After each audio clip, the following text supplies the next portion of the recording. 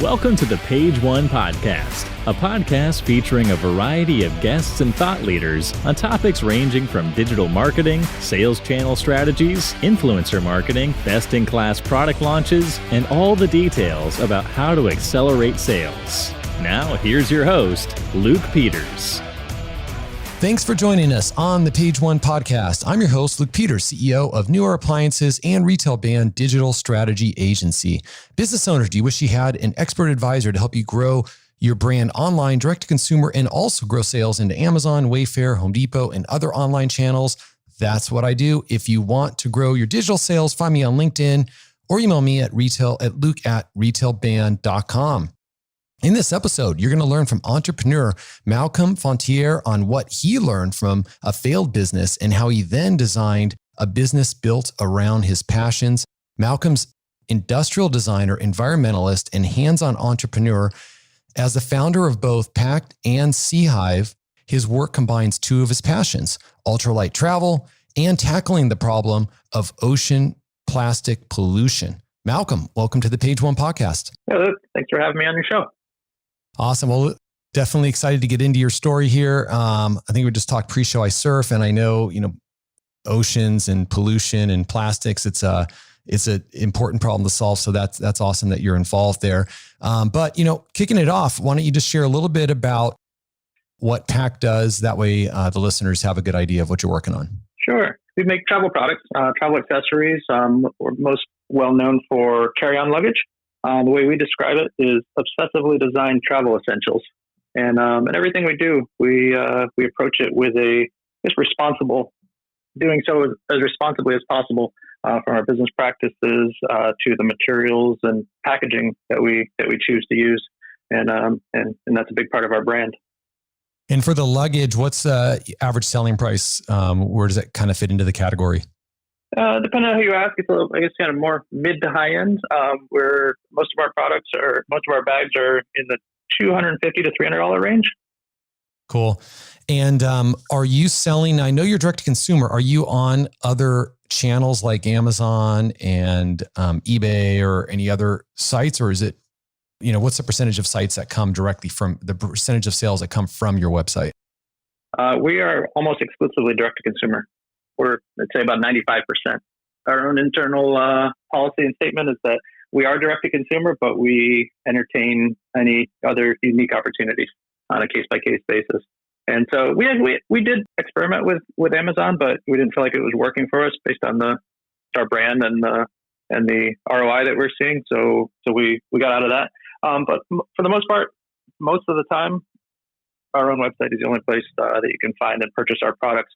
Although sometimes, right now, doing a collaboration for the holidays with Goop, and so it's a good way to reach some new audiences. Goop's core audience is definitely a little different than ours, and so we saw it as a good way to reach those audiences. But that'll just be a limited time, and before long, by the new year, we'll be back to exclusively direct to consumer until the next opportunity pops up. Yeah. Well, that's great. And I know a lot of the listeners here, I know a lot of them have maybe product in-store, or they're focused on in-store and online channels, or they're focused on online channels. Not very many are 100% direct consumer because it's harder and harder. So obviously you found that secret sauce and you're doing a lot of things right. We might dive into that. We'll still kind of focus on our theme of building a business around your passions. But definitely I find that interesting. Let's kind of quickly go through a few more details about your business. Can you give us an idea of scale, maybe like how many employees you have, direct and indirect? Sure. We're small, but of course we're working to grow and growing anywhere we can, but we actually like being smaller, maybe more accurate is efficient. We try to do as much as we can with a small team and grow when we need to. But we're a team of myself plus 5 full-time employees. So there's 6 of us all distributed, all in the U.S., but everyone works from their own city, stretching from coast to coast. And then there's probably about half dozen as needed contractors that we work with. We're pretty small, but pretty young too. We just celebrated our 3rd birthday this November, just a week ago. And we're still pretty young, and we're growing our product line and growing our team. Awesome. As we go.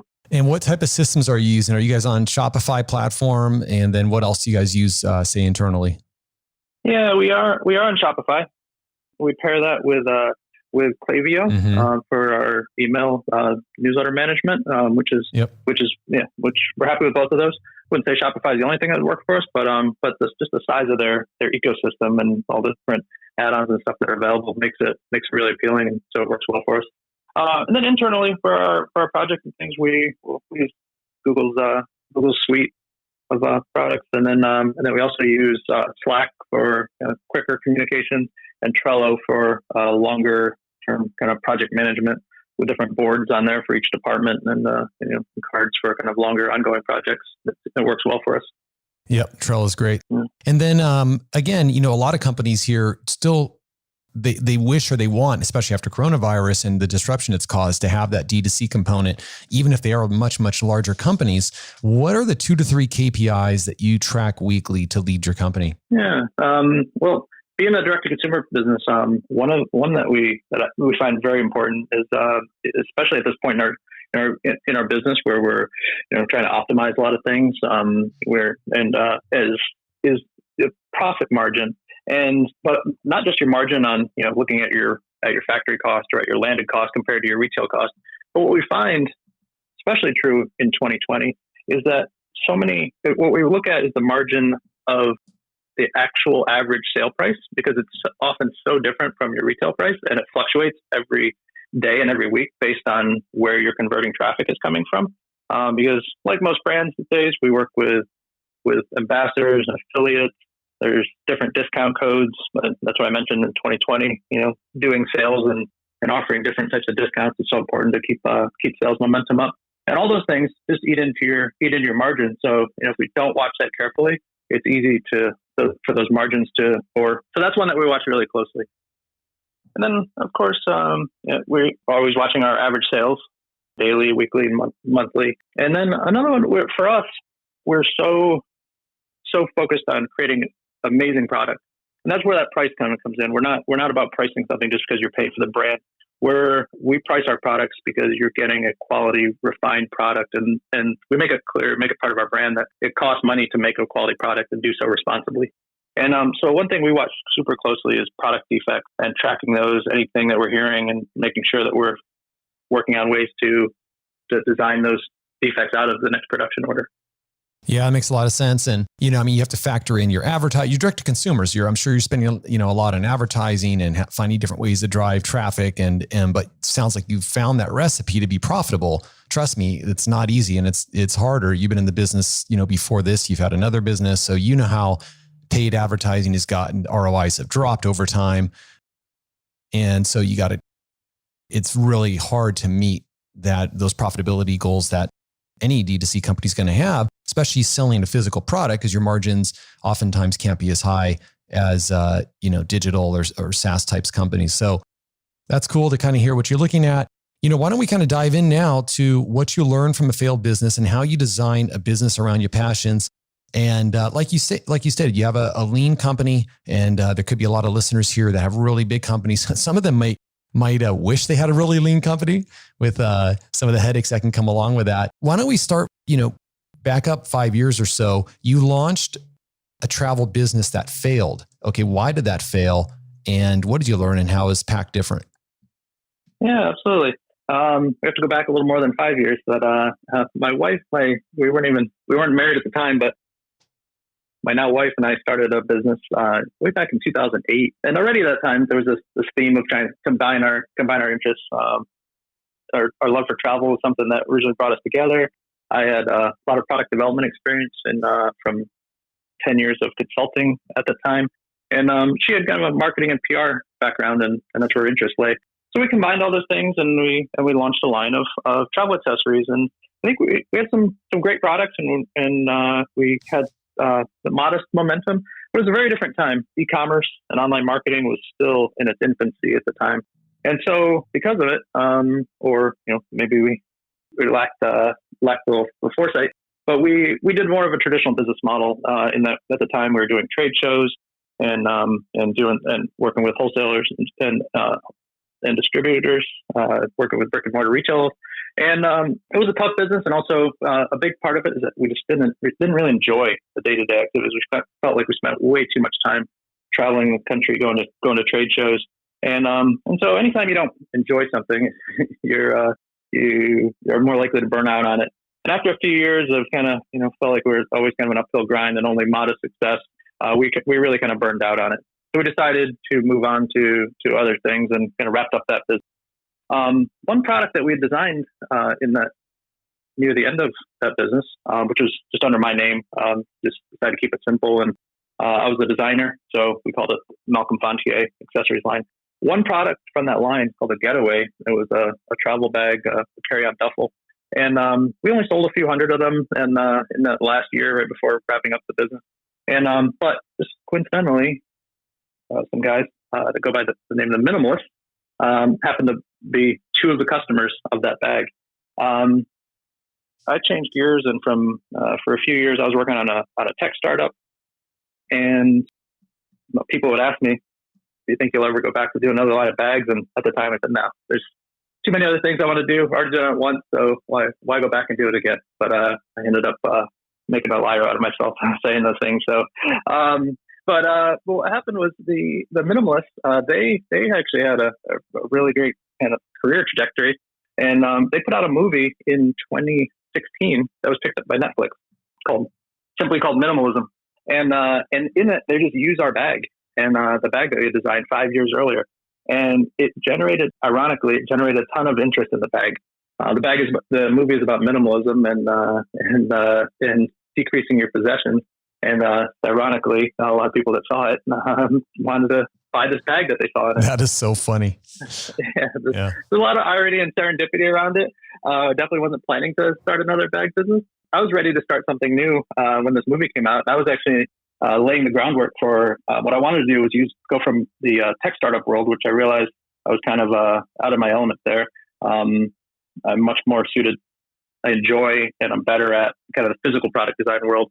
And so I wanted to go back to that, but I didn't want to just create more crap that's easy to think that the world doesn't need. And so I was looking at how I could use product designers are creative problem solvers. So I was like, how can I use my product design background for an environmental venture? And as a boater and fisherman, I spent a lot of time on the ocean. This problem of ocean plastic was close to, was personal to me. And so I was looking at how we could tackle the problem of ocean plastic through product design. So actually, that's a lot here. We're almost there. The product, so I actually, when the movie came out, I actually was reluctant to do it because I was so set on tackling the problem of ocean plastics. But the demand and the inquiries for the bag that was used in the movie just kept coming in. So after a while, it became kind of too much to ignore. And so what really changed is when I realized that we could use we might be able to relaunch this product and use that as a case study for my other venture, SeaHive, which would package products 100% plastic free and show people how you can produce a product, get it to a customer, all with environmentally safe packaging materials.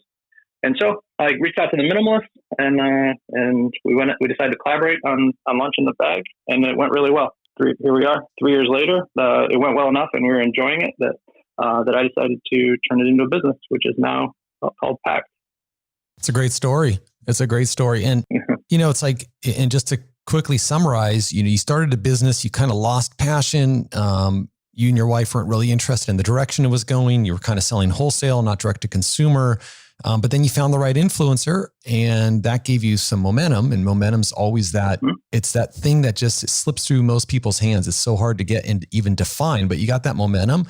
And then it kind of aligned with, like you said, there's some serendipity, and aligned with you kind of wanting to get back into something. And that kind of nudged you that direction. And like you said, here you are. Why don't we talk about, we did talk a little bit about how the business is a reflection of your interest. Okay. You're a boater, you're on the ocean, you're fishing.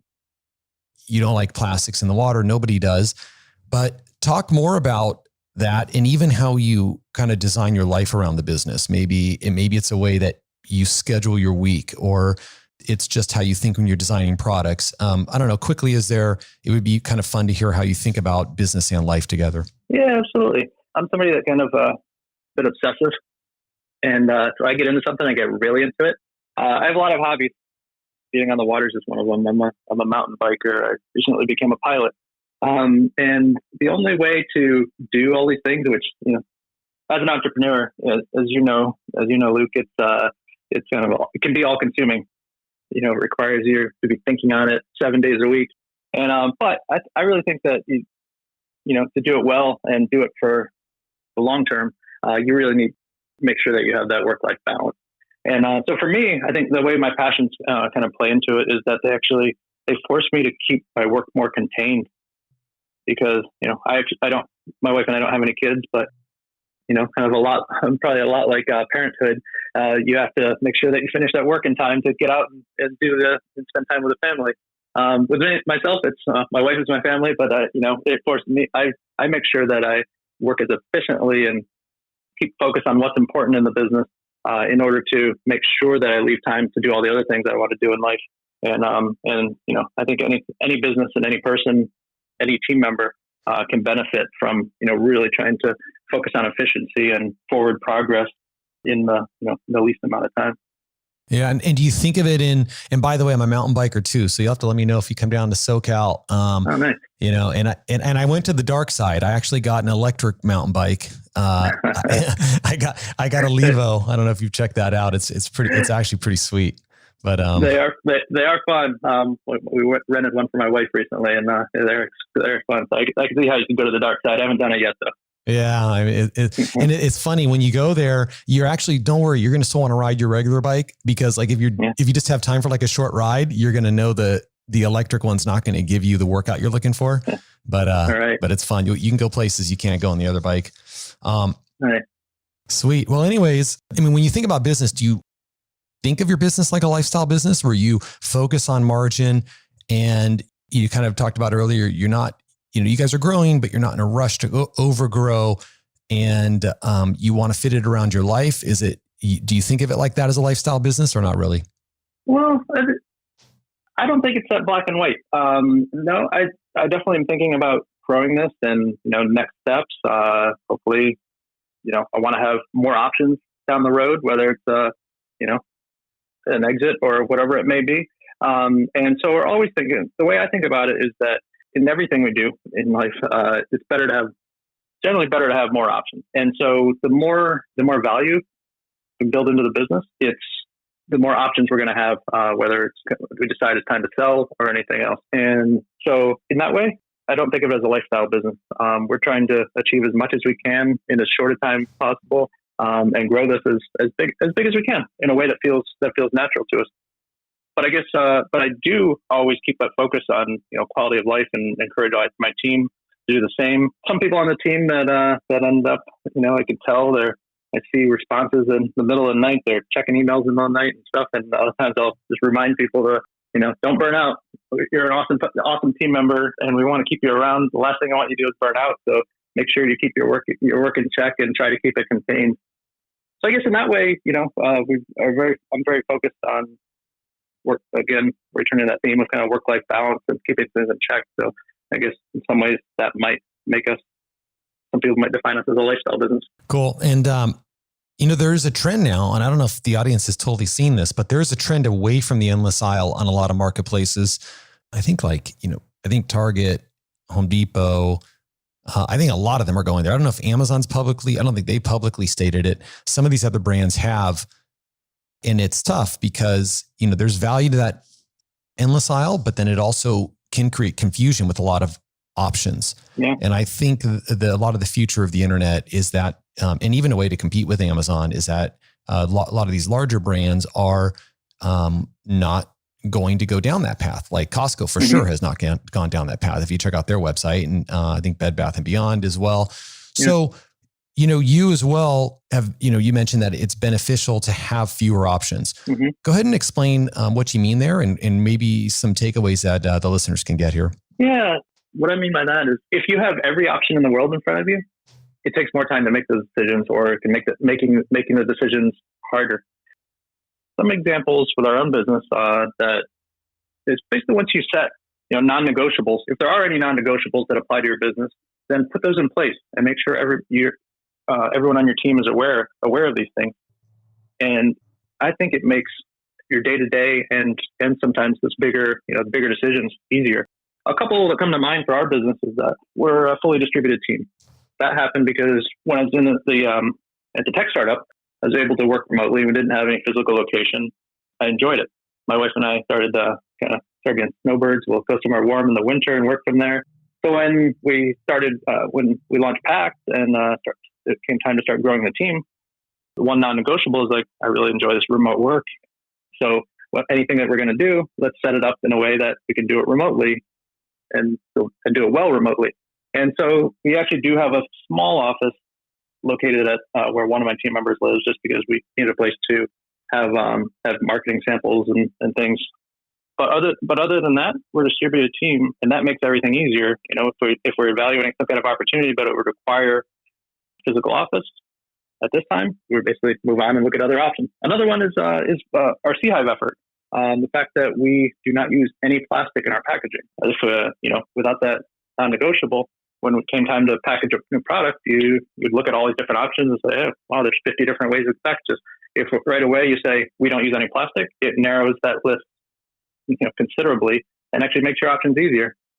And so those are a few of the ways that I think having fewer options in your business can actually make things easier. Yep. Those are great examples. And, when you're running a D2C, what a lot of people know, and maybe some don't, is, if you're paying for all this traffic, it's really hard to turn a profit. So obviously, companies got to focus on building email lists and getting organic traffic.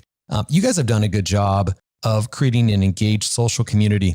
Walk us through some maybe specific things you've done that have worked, maybe some story or an example that might create some takeaways for the listeners. Yeah, I guess you could probably trace it all back to, we often say at our business that our community is awesome. We describe our customers as our community. Our customer base, our community, it also feels pretty unique that they're vocal, super vocal, really engaged.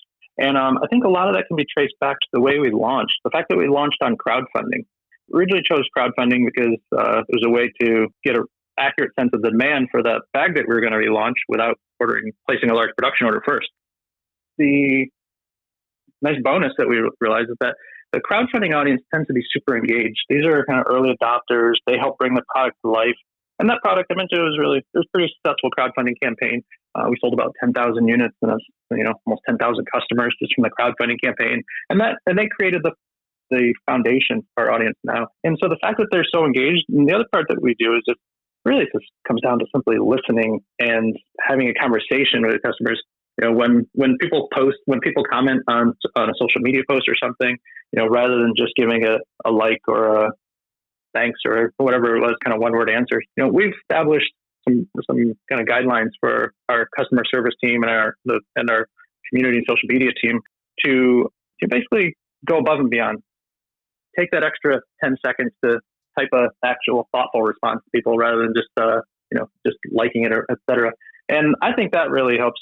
People really feel like that our brand is one that they can be friends with. They contact our customer service and they know who they're talking to with their first name.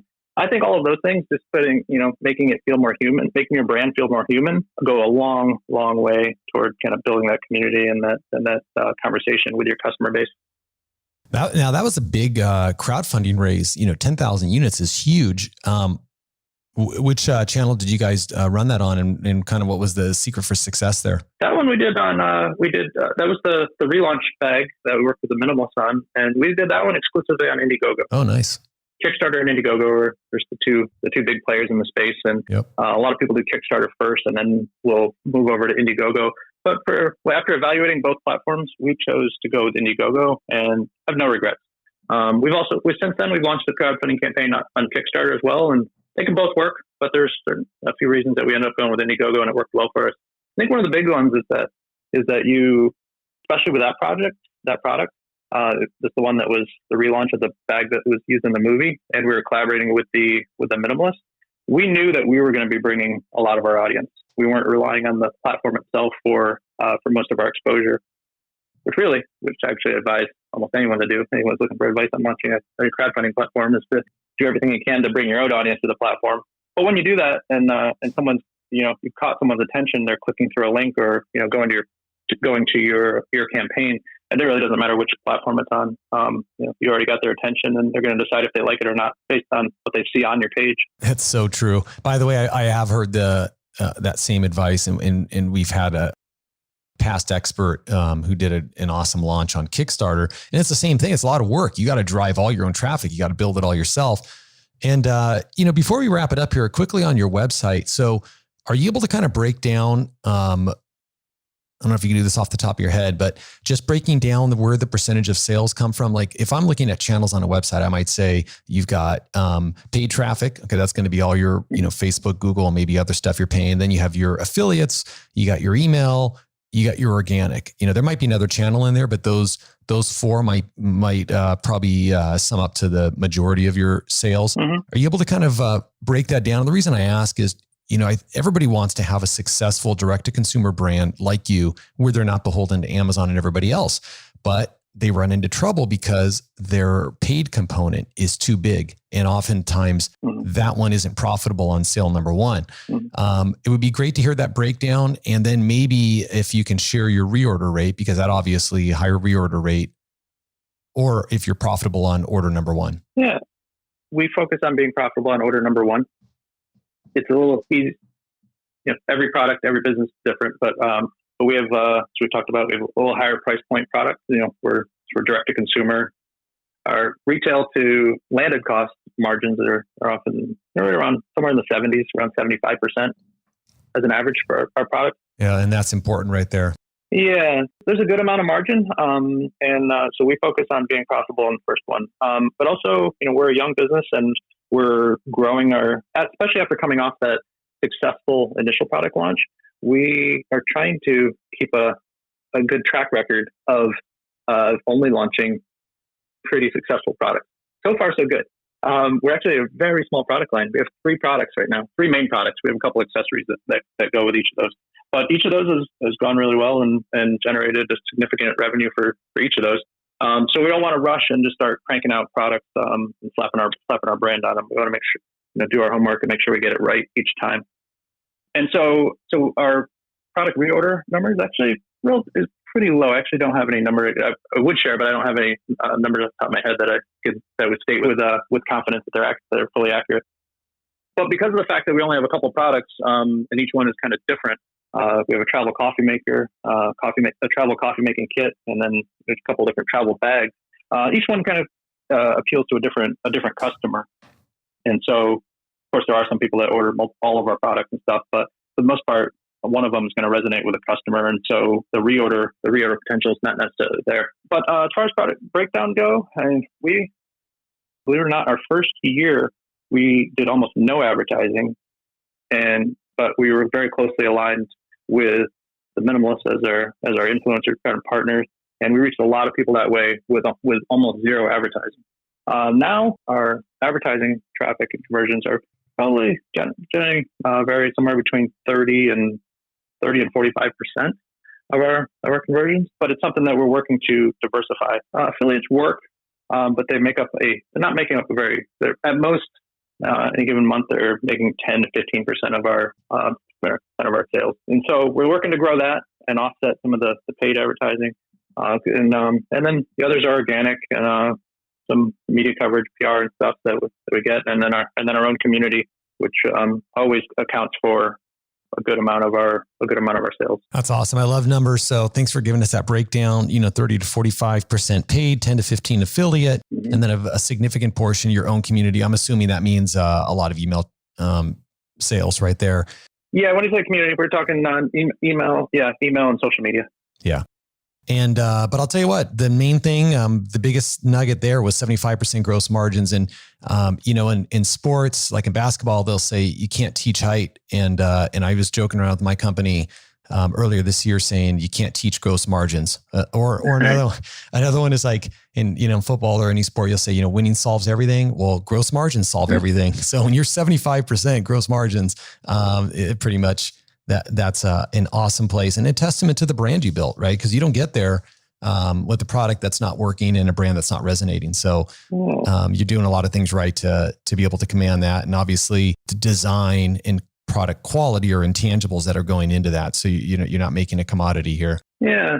For listeners out there, circle back to something you and I talked about early on in this conversation, and that's about you asked about the KPIs, that product margin. So even though you have, especially this year, we just found that if you're not running some kind of sale, it's hard to compete during this COVID economy. And so if you're offering 20% off, and then an affiliate might get 15% cut or something, it's easy. That 75% margin can get eaten up really quickly. So yeah. So oh, for sure. Yeah. Well, you're not ending with that. Everybody, we all wish we were, right? That's exactly. The starting number. Unless you're the entrepreneur or running the financials, a lot of people don't actually understand how that kind of walking that whole journey. Sure. Listen, that's awesome. Why don't we finish with, would love to get your advice for young entrepreneurs. You've been through this a couple times. What are a couple things that they should focus on, maybe specifically their first year? Yeah, I guess what I'd say is whatever business you're going to pursue, make sure that the core business activity really aligns with your strength and your interests. Because if you don't like what you do, you're not going to be that good at it, and vice versa. And that's so important because you're going to have to do this for a while. And that's one thing that became clear between my first bag business and this new one. When the core business was trade shows and stuff, I didn't like it. We burned out on it. This is different. I really enjoy the direct to consumer world and building a brand that way. So it makes a huge difference. The other, once you've found on day one or, very soon after, you need to start working on making sure you have product market fit. And as soon as you have that, I think it's so important to start kind of optimizing and building systems immediately. For me, I think I'm a big believer in that there's a huge difference between busy and productive. We can all sit down for 8 hours every day or however long and, respond to messages, respond to emails, and at the end say, all right, I worked all day. That's true. But did you actually move the ball forward and, get closer to achieving your, whatever goals you've set out for the month, quarter, and year? And a lot of times, if you're just busy, you can't. And so I think optimizing and part of that includes like just looking at what you can possibly outsource or what you're going to hire for when you make your first hire. If you're really a solo entrepreneur, of course you start thinking about that first hire. That's all part of the optimization. But I think the goal in that should be to free up your own time so that you can start looking at the bigger picture rather than just being get ahead of things and start steering the ship rather than just responding and being reactive, which is way too easy to do. Well, I love that quote right there. I love that. You should put that on a shirt. There's a big difference between being busy and productive. And it's so true. This is why, task lists can be good, but not if they're full of things that aren't important. And I think, as an entrepreneur, you've been able to figure that out. And it's, to me, one of the biggest things that separates the high performers from those that don't get there is, high performers really know what to work on and what to say no to. And when they work on things, what to really, really focus on, and to get that excellent result. So I love that quote. Yeah. And, listen, really enjoyed having you on the Page One podcast today. How can listeners find you, learn more about you? Sure. And enjoyed the conversation too. Thanks for having me. Our business is at paktbags.com, PAKT bags, the same letters on all the socials. You'll get to us at Pakt Bags. And then personally, I have my own site. I do some blogging there on business and business thinking and other things. And that's just my full name.com. That's MalcolmFontier.com. Awesome. And we'll have that all in the show notes. Thanks again, Malcolm. And I hope all the listeners enjoyed the interview today. Truly appreciate your reviews on iTunes and hope you all join us for the next interview. Take care. Thanks, Luke. Take care. Thanks for listening to the Page One podcast with Luke Peters. If you enjoyed this episode, please help us out by leaving us a rating on iTunes. Want to double your online sales? Check out www.retailband.com. And don't forget to join us next week with our next amazing guest.